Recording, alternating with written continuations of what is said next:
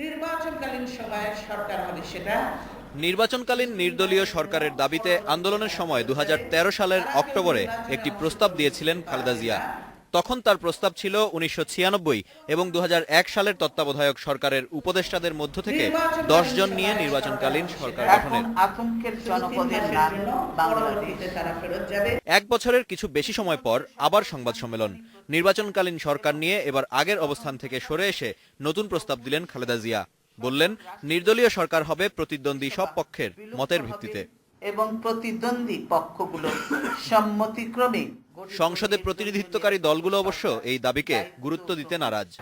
এই প্রস্তাবের সাথে ওনার কর্মের কোনো সম্পর্ক নাই।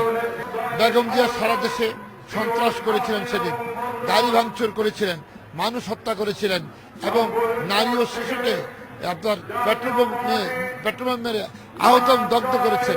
উনি যেসব কথা বলছেন এই কার্ডস ওনার হাতে নাই।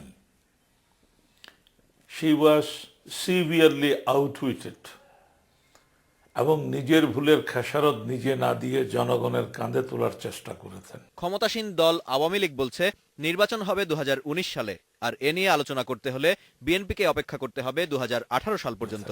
ওনার এই প্রস্তাব অত্যন্ত প্রাসঙ্গিক, রাজনৈতিক, অসাংবিধানিক এবং এটি কোনো আলোচনার বিবেচনা রাখে না। কিন্তু নতুন যে ফর্মুলাটা 2018 সালে যখন নির্বাচন আসবে তখন বিবেচনা করা যাবে।